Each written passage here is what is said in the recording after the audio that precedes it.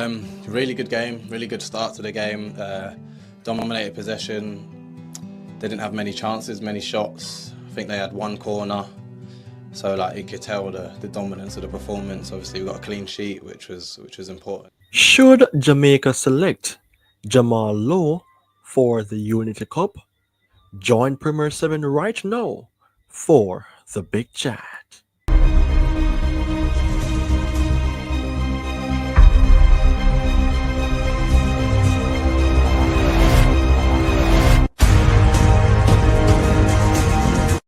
Greetings and welcome to another episode on Premier 7.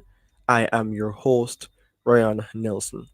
I trust and hope that you all are doing well, as I am here to speak about a player of our own in Jamal Lowe with the question of importance: should Jamaica select Jamal Lowe for the Unity Cup? You can see then that that is a question. Now, I just want to say then that this topic generated from a poll that I put out there for you, the fans, to be engaged with. And the question states: do you think Jamal Lowe should play in the Unity Cup for the Jamaica men's national team? 230 votes, for which I am satisfied with. Yes, with 67%, not sure with 16%, no with 17%, 16 likes thus far. So in my mind, I believe then, why not come on board to talk about this video? Because definitely there's something in the fan base that believes that Jamal Lowe deserves an opportunity. And I just want to say then, if you're new to this channel, you can go ahead and subscribe, because I would love to reach a landmark of 2K subs, seeing that I currently have 1,886 subscribers. But I have to big up those persons who have been supporting the channel. So if you are still doing that, continue to watch, like, comment, share the content so other persons can be engaged with what is taking place. Now, Jamal Lowe, the case for his selection. What do you think would be the case for him to come back and play for Jamaica? Based on the time of watching Jamal Lowe, I see this guy as somebody who doesn't seem as an arrogant or a hot-headed person. He'll just play the game, go with the flow, and I think it's based on his intention to play football and to win things for Jamaica. He just decided to get his head down whenever he's given that chance and to play to the best of his ability. Yes, we can understand that he has not been playing for Jamaica for a good while now, but based on his recent form, based on the fact that he has received some minutes at Sheffield Wednesday, then there could be a verdict that yes, he could be possibly selected for the Jamaica men's national team.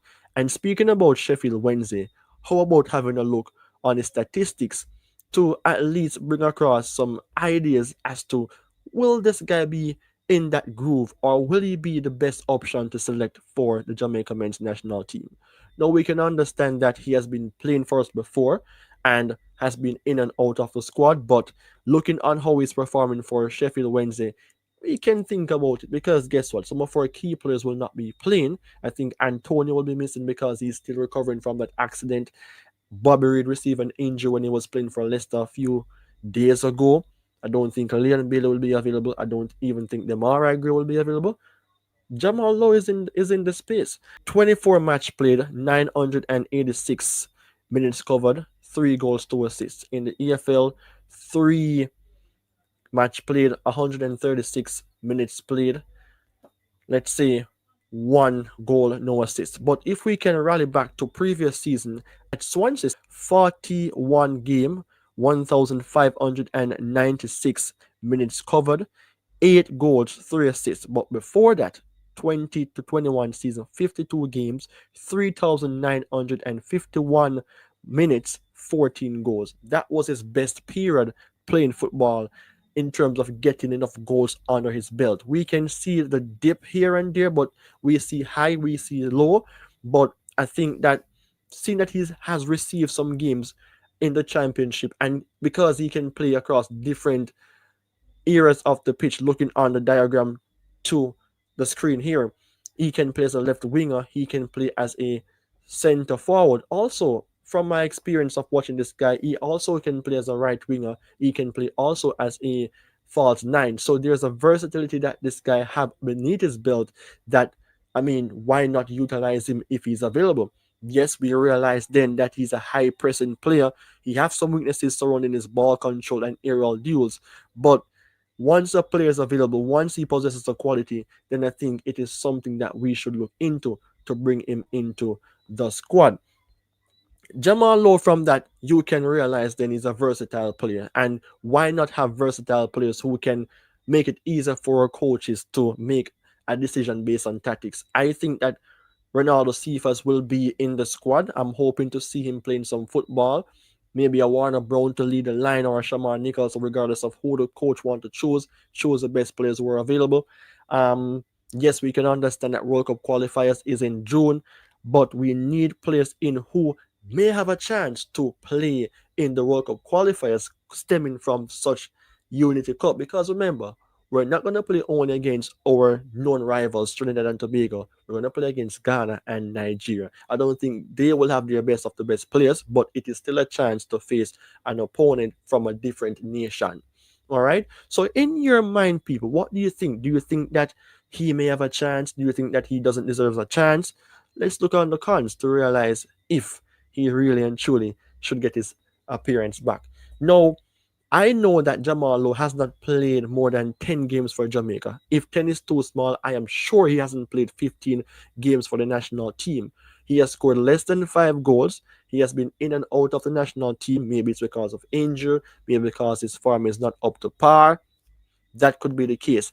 And some big games that we would love for him to be a part of, let's say the Nations League, let's say the CONCACAF Gold Cup, nothing really, but he was a part of the qualifying team in 2000 and I think 21, so he had that experience, but we're in 2025, so it has been a long wait. And sometimes, by way of assumption, it could be because of politics that allows his players not to be given that chance. How about the case of a John Russell? You see what I'm saying here? But I am not looking on the negative, but I'm just looking on what could be the possible case for him not to represent, or the verdict against him because he has been long away from the team. Another issue or another factor to consider could be the case of competitions. Maybe not all players in the Premier League have been recognized like that, but Warner Brown, he's a different person, he's a striker. But what about other players who has been performing good as a left winger, as a right winger, as a false nine? They could be giving him some competition to say that, you know what, I believe that I deserve to grab this chance because based on my statistics, based on my recent performances for my club team in Jamaica, I think I deserve a shot. So it will really and truly boils down to what the coach and his team will decide to do. Now, is this guy Jamal Lowe committed then to say, I am going to play the Unity Cup? Maybe, maybe not. Yes, he has been that cool-headed person, but look on how long he's not in the squad. What could really show him into that mindset now to say, I want to play for Jamaica? Maybe he doesn't want to play, but you never can tell if you don't reach out to the player. You can never dictate if he wants to be in that representative mindset. All right, so there are several things that was being said relating to the case to get him in or not to get him in. So from my own observation, then I think that this guy deserves a chance because he's versatile enough to play. He has experience above other players in Jamaica system, not all, but a lot of them. He has played for QPR, Swansea, um, now playing for Sheffield Wednesday, Bournemouth. So he may not have the best of the best experience at all of those clubs, but he knows how it feels to be playing on a different system, different teammates, different tactics. So having a different coach, a coach McLean, would not be like a big test for him then because he has played alongside different persons before. Not saying then that he will not have any issues to adjust, but it should be easier for him to adapt to what this new coach that he's not used to would be saying or instructing him to do. So people, I think that he have that chance because if he do well in the Unity Cup, I think then World Cup qualifiers coming up in June, it will give him that small chance to play, even if he's not a part of the starting 11 on the bench.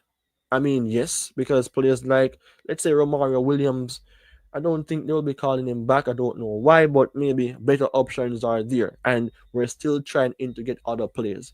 So I mean, like Junior Flemings, maybe he wants to play for Jamaica again in the Unity Cup. John Russell deserves to play in this, I think, and let's see how well he can perform to play in the World Cup qualifiers thereafter. So I think this Unity Cup is a test to let's do some assessment of these players to see if they are capable to play in the World Cup qualifiers. Because guess what? The Monica Dominican Republic games that we played horrible. We played horrible. Not all of our best players were there, but our system is there, but these players aren't adjusting to it. So we need players who can adapt fast, deliver quick, and be consistent. So, I mean, in that case, people, what do you think? Do you think that he deserves a chance? What do you think about the topic? Because, I mean, for me personally, with the pros and the cons listed, Jamal Lowe deserves a chance to play. So let me know what you think in the comment section. Remember to subscribe to the channel, smash a like on the video, share it so other persons can be notified, because when you do that, YouTube will help the channel to grow along the way. So people, take care, goodbye, until we meet again.